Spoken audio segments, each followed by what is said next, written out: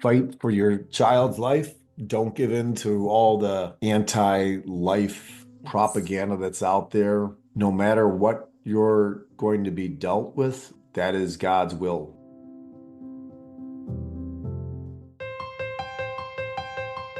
Welcome back to Straight Talk on Life Issues. I'm Victor Nieves, as always, joined by Brad Mattis, president of Life Issues Institute. It's a pleasure to be with you. Today, we're going to be talking about an extremely premature birth. Yes, Victor, and every human has value and deserves to live free from violence.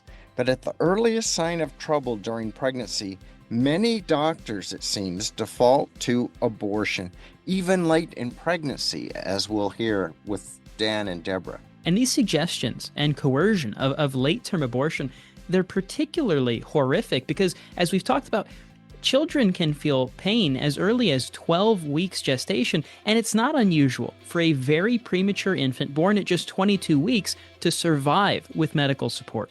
Yes, and case reports of survival at 21 weeks are slowly increasing.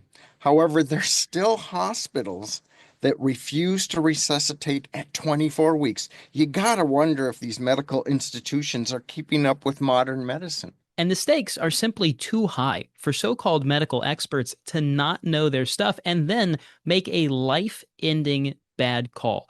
Today, we're going to talk more about this with our guests, Dan and Deborah FioRito. They have 9 children, and they call their 8-year-old boy their miracle man, Thomas. Together, they have a Christian-based outdoor family adventure camp that brings families together and in touch with God's creation. Dan and Deborah, welcome to the show. Thank you for having us. Pleasure to be here.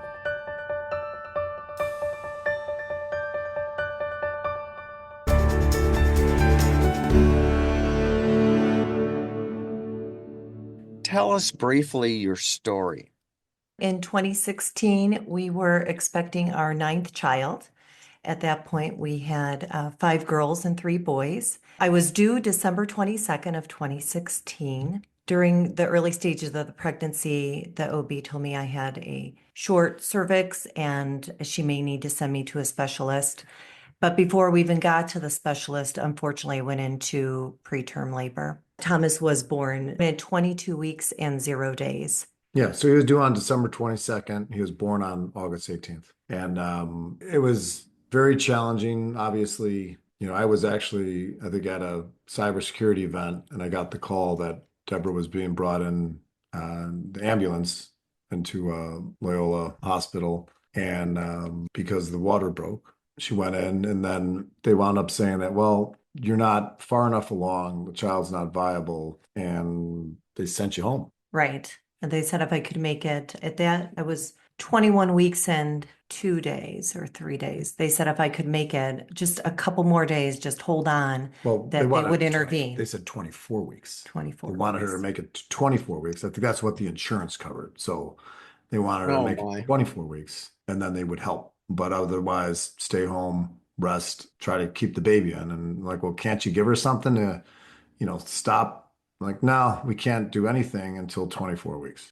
So he drove me to the hospital. We went in to labor and delivery. The OBs came in. They were not very pleasant. They were setting me up, right, for an IV. Dan, everybody had left out of the room. And Yeah, well, let me just preface it with this. They said that, Deborah had an infection and they needed to get the baby out. And I said, well, we want to keep the baby in. It's too early. And the OB is said, no, she's got an infection. There's an elevated heart rate for Deborah and your baby. So we think she's got an infection. We need to get the baby out. I'm like, well, of course there's an elevated heart rate. She's in here, she's at 22 weeks and 0 days and she's not feeling so great.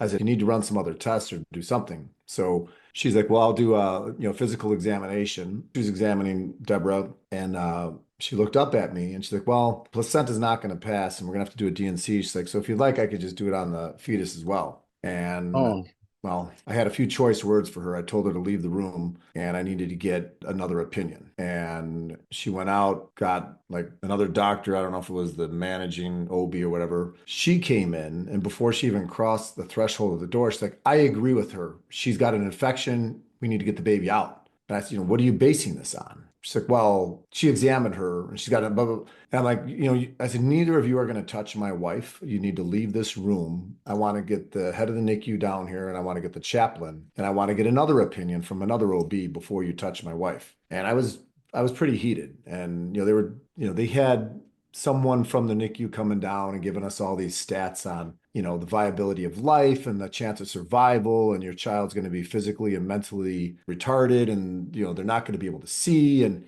just hammering Deborah.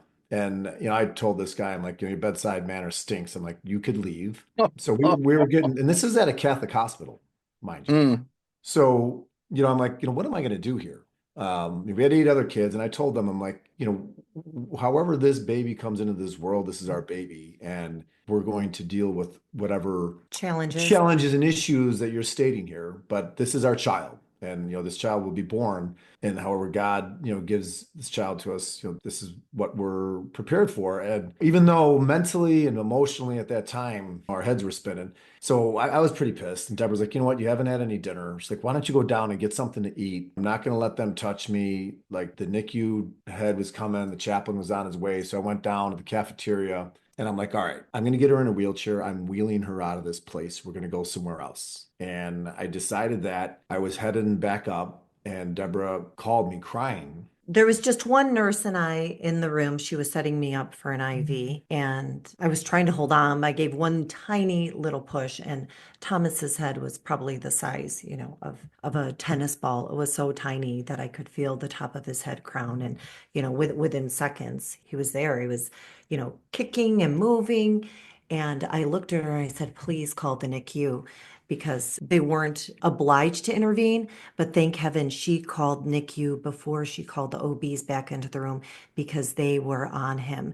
They helped him. So I came back in the room, and I didn't know. That I birthed. Well, no, I knew that you were, but I didn't know if Thomas was alive. And there were about a dozen doctors and nurses around him. They were, working on him, pumping the oxygen in. I'm sitting there with tears streaming down my face with a Subway iced tea in my hand. And I'm like, I'm just looking. And the nurse turns around. She's like, Mr. FioRito. She's like, your son's okay. Like, he was born, he was kicking and screaming. We're trying to intubate him though, but he's so small, we're having trouble. So the doctor came back and he got on the phone with, the head of the NICU, and he comes back. He's like, hey, he goes, give me a second here. He goes, I'll get him. I have to cut the tube down. He gets in there, cuts the tube down, gets him intubated, and they whisked him away down to the NICU. And all this time, there was a curtain drawn. It was so strange, visibly, what I was seeing, because Deborah was on the other side. The two OBs, who to this day, I never spoke to them after that. And I would love to go back in and find out where they are and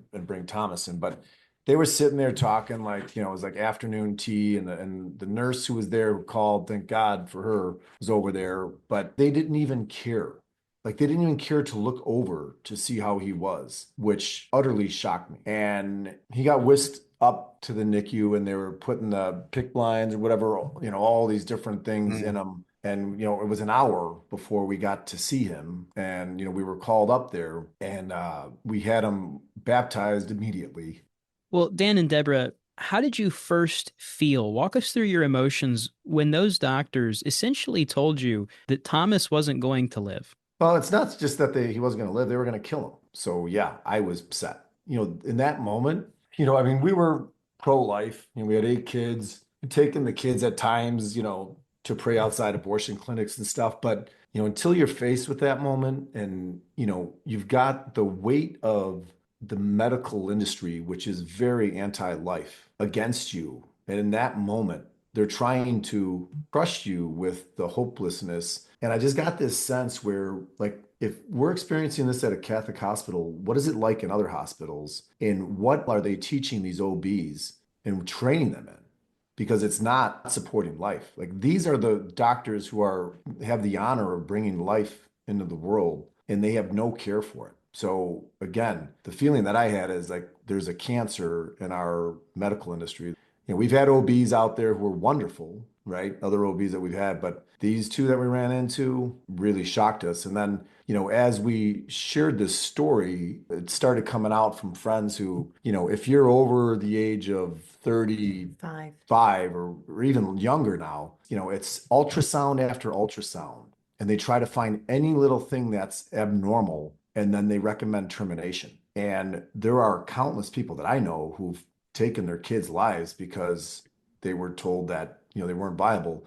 And then there's countless others who were told that they're going to have, I've got a brother who, all three of his wife's pregnancies, she had issues and they were told to terminate and they're going to have these horrible deformations. All the kids are fine. So again, there's this culture of death that's gripped our healthcare system, and it's tough. You are absolutely right, Dan. And your emotion and tears as you recount this story is because God has wired the male brain to provide for and protect his offspring. So God made you that way. And you're just demonstrating what the Lord intended from you as a father. The default with doctors with any sign of any challenge in pregnancy, the default seems to be to abortion.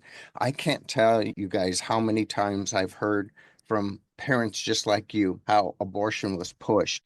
Deborah, what was it like for you as the mother? You're fighting for the life of your child, to have them come in and say that your child's not going to live and then tell you that you need to kill your child. What was that like for you as you were in that hospital bed?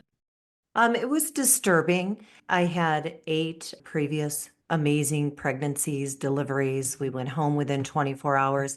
So this was the complete opposite.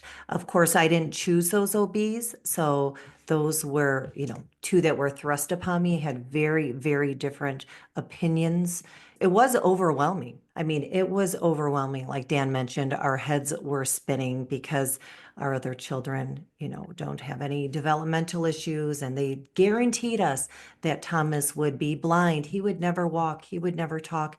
He would have cerebral palsy. Wow, what a burden he would be. And to be the 9th child in that family would be, horrific. Yeah. So they basically try to give me no other option. And thank heavens Dan came in and was, my solid rock. We were very, very strong together. And it was a very trying situation. Yeah. And you look back at it, it's like you're right there on the edge and they're pounding on you. And then you start questioning, like, am I making the right decision here? Like, is this gonna be horrible? And like in the, you get the little demons in your head, like, what do you think? And I'm like, it was weird because like they cast the doubt in your mind and then you just turn. That's when I'm like, get You out of the leave. room. It's like, Yes. Satan, leave, get out of here. And you had that moment where it was like, I put the fist down, get out of the room. You're not going to touch my wife. And I think that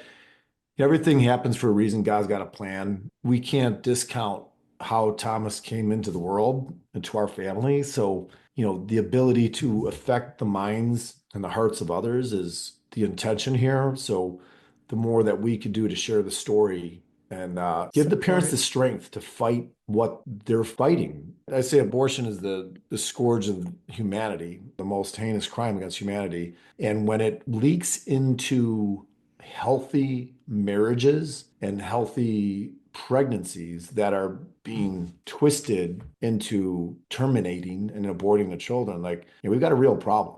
Well, there are a lot of good doctors out there. I know many of them, but there seems to be a growing number of physicians who think that MD stands for medical deity. And people are intimidated and coerced into following whatever they say. I take it abortion had never crossed your mind. No, no, No. absolutely not. And just to make sure our listeners understand, you were in labor for the most part. They wanted to pull your baby out in pieces with a DNC and do an abortion when your child was about to be born. Is that correct? That is correct. It seems too horrific to even imagine that they would do that, but you're not alone. This is not a group of rogue doctors. This is, as you say, a cancer in the medical community. Dan and Deborah, would you say when they came to you with these suggestions that you kill your child and they presented their statistics to try and sway your opinion, would you say that that felt like you were being coerced into an abortion? Oh, absolutely. Absolutely. Yeah, I mean, when they say your chance of survival is next to none, and the chance that they're going to be blind is going to be Never this. walk, never Yeah. talk, never have a quality of life, be a burden on parents who already have 8 other Yeah. children. So it's like, I mean, what purpose did that serve and why? And this was a, guy, again, smart guy, but the bedside manners were like, it's like he was like programmed through his education. Like, make sure that you let people know, like, what they're in for. And again, so much of it is BS because when they do these ultrasounds on mothers that, are a little bit older and they're telling them, you've got, abort, abort, abort. It's like, our message is give your kid a chance and don't listen to these doctors. And it doesn't matter. And if you're going to have issues, you know what? That's God's will. And every child is a miracle. And it doesn't matter, what issues they may have. Once you have a child, and I've got friends like, unless there's something wrong with those parents, like they could never imagine life without them. Do you guys have any thoughts on what their motivation is for pushing abortion so much? Um, it comes from the devil. I mean, it really does. So, if you are the devil and you hate humanity because we're created in the image and likeness of God, what are you going to do? You're going to try to destroy it. What's the easiest way to destroy humanity? You get them when they can't defend themselves. So, abortion is, again, a tool in an effort by like the Satanists. And so, I mean, it's just like, let's call Hmm. a spade here. So, it is a sacrifice that's out there that, is used in that camp. It's against God, it's against humanity. So why not infiltrate the medical community that is bringing these children onto this earth? If you could get in there, you could even have more effect and do more damage to those who never had abortion on their minds, right? Now it's a medical procedure. Now it's a quality of life. And it's all so deceptive, right? When they skew that they weave in lies with the truth. So now they're into the medical community and they're doing such a good job from their side of destroying life, right? So it is, Yeah. I mean, this is not like a coincidence. Like it's very planned and it's very orchestrated. So like there has to be more education. There's got to be more work done at that ground roots level, within the medical community, and there should be efforts to educate those who are going into medicine and those who are practicing medicine about the sanctity of life and the position and the power that they have. And, if you go against God's creation, good luck when you face your maker. See, I think you're onto something because, I mean, we are talking about spiritual warfare, and abortion is one of Satan's most effective tools to pull souls away from Jesus. But it is limited in its scope because abortion is considered bad in most communities. And this way, they are doing a large volume of abortions in so-called medical conditions that they describe as good medicine, and they're just lying to people. Let's talk in details of Thomas's condition when he was born. You said he was really small. yes, 18 ounces total. When they whisked him away, like Dan mentioned, they intubated him. He had an NG tube for feeding. He had so many tubes and PICC lines, and he was in this tiny isolette. We were not able to touch him. Well, we could put our hands over him, but I was not even able to hold him for the first 3 weeks of life. So, Mm. with my previous 8 pregnancies, the baby was immediately placed on my chest and the baby never left my room. Within 24 hours, I would leave. So that was very different. And Yeah, and I mean, Thomas's skin was gelatinous. You could see through his skin. His eyes were were fused fused shut. shut. He had a collapsed lung. He had a severe brain bleed. They said that he was going to be blind. He was going to have congenital lung and heart issues. He had to have surgery at 3 weeks because his the one valve Valve. didn't shut, but like he had to have, open A heart heart, surgery at 3 weeks. heart. Wow. When he was in there, we had him baptized. We didn't know how many days he was going to survive. And we were told, by the NICU doctors, and the NICU doctor who was on him had the world record for delivering the smallest baby ever. And he goes, listen, he goes, this is a honeymoon period. He's going to most likely take a turn for the worst. So be prepared for it physically, mentally, spiritually. A week went by. They said it again. Like, this is a honeymoon period. Like he's beating the odds here, but be prepared for things to get worse. Well, Yeah. you would think that the doctors would be all in favor of bringing Thomas into the world because think of all the billable services that hospital had as a result of him being alive. So if you're just talking about a dollar in cents, which seems to be driving medicine these days, there should have been that strong motivation for him to You would be think, allowed to be born. because when he got out, I think the total bills were like 880,000. So, Wow. but yeah, I mean, again, he started so tiny. He was like the size of a squirrel, and he just got stronger and stronger. Obviously, a lot of people praying for him, and to this day, I'll find out about like some parish that was praying for him. So, that really like strengthened our faith through his time in the NICU. I don't think I shed a tear the whole time.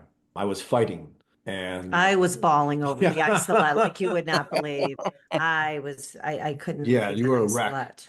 I'll never Yes. forget coming in one of the first days and you were bawling and the lady at the front, she's like, "What are you crying about, Deborah?" She's like, "You be strong." You're like, blah, blah, blah, blah, blah. It's like, there's nothing to cry about. And You have no idea. It was, yeah. yes. So, I mean, again, so tiny. And then he had the heart surgery. The doctor that did that was one of the top pediatric heart surgeons in the world. And, this guy's known for like sleeping by the side of the bed that night. So we had a choice at the 3 weeks, like either they're going to give him these meds to open up the valve or they're going to do the surgery. And like, I asked him, like, what would you do if this was your child? He goes, I would do the surgery. And he goes, and the doctor that we've got Because who it was comes from, guaranteed. yeah, he's the best. And, he's good. And we moved into the Ronald McDonald house after about a month because we were going back and forth. And like, every other night, they're like, he's probably not going to make it. Get over here. We're driving back and forth. And we were there with him. And we'd have these, it seemed like it was almost daily, but we'd have the meetings with the teams of doctors and what's going on with Thomas. And, they started with a 0.5 milliliter. And the biggest thing is the stomach's not developed at all. So every day, like they would try to increase it. And after a week, he got up to 2 mil, and then he got up to 10 milliliters. And like Wow. like this kid's getting big, and he was fighting through it. The eyes were one thing that we thought he was going to be blind up until close to the end. Even when he was released, they were still questioning whether he was going to be able to see. And they'd come in and they'd put these metal things on his eyes and do these tests. It was like from, some movie like Minority Report when he had his eyes taken out. But I had a crazy experience where when he's going in for heart surgery, I just asked God, watch him. And I had a vision that he was holding Thomas. And ever since that point, like I knew he was going to be okay. And I fought, like I was working still, I had to support the kids and like I was just going, going, going. And people are like, what's wrong with you? Like, aren't you, why aren't you a wreck? But I just knew, like I knew he was going to be all right.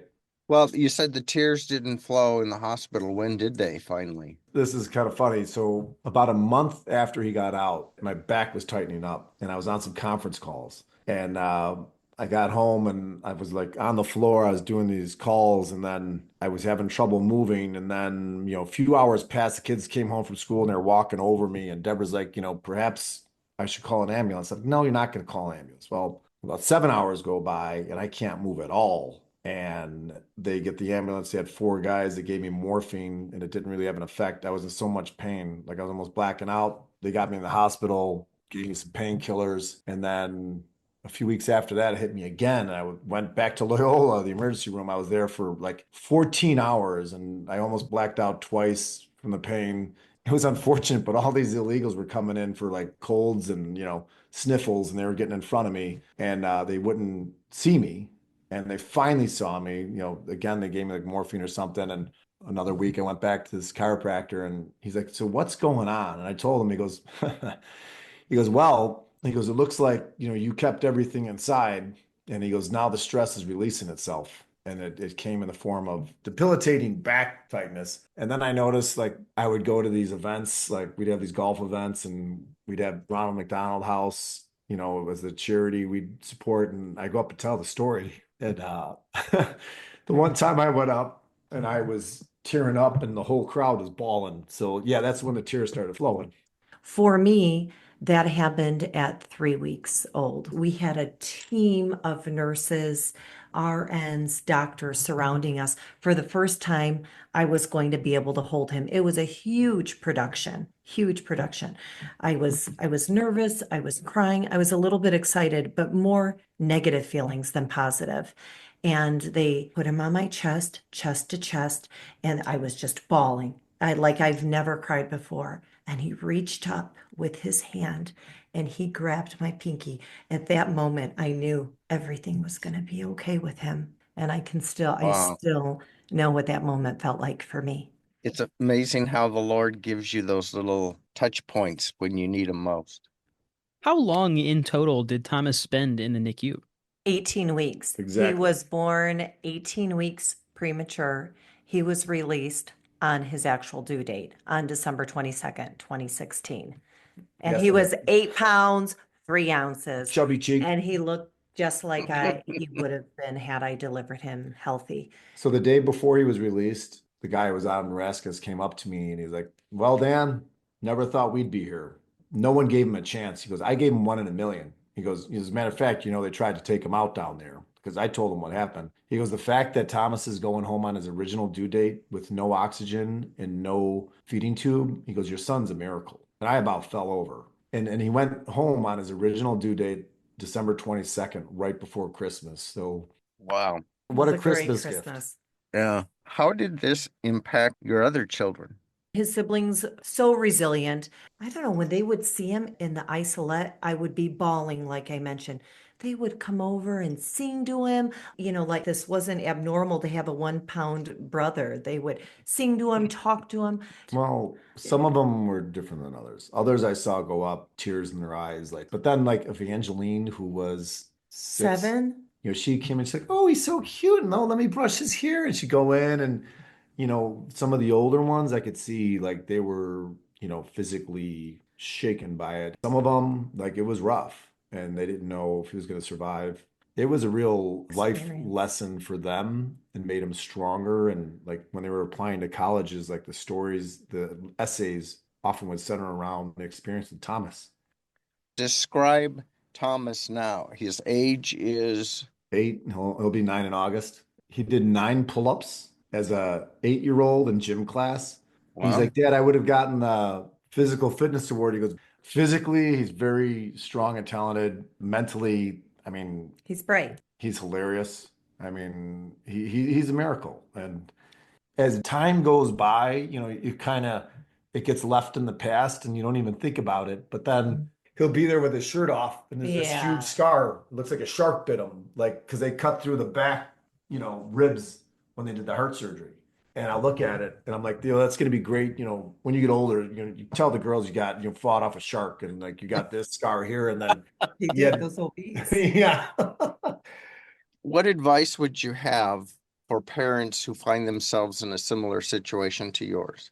Fight. Fight. Yeah, absolutely. Fight for your child's life. Don't give in to all the anti-life Yes. propaganda that's out there. And again, no matter what you're going to be dealt with, like that is God's will. It's not the doctor's will. And if you're married and you're having a child, then it's your responsibility to bring that child into the world. And no matter what the condition is. And, fortunately for many, there are no issues. They're told that they're going to have all these deformities, and there are no issues. And if there are, you deal with it. And those children are going to have an effect on others because, they could be the sweetest little souls around. You got to fight this culture of death and bring, the joy of life. Well, thank you both. We sure appreciate the time you spent with us. Thank you for having us.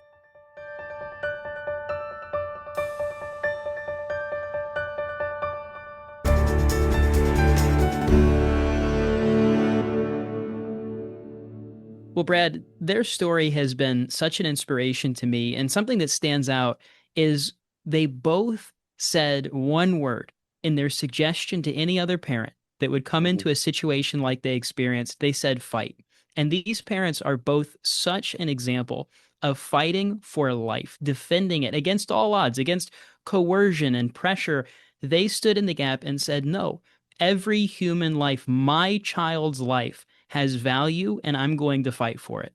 And Dan and Deborah had to fight the doctors that are there to protect, save, and preserve that little life. But no, they were actually suggesting abortion as the child was close to being born. That just enrages me, and I can so relate to Dan's anger with his desire to protect his offspring. I can't imagine what it was like to fight those medical personnel.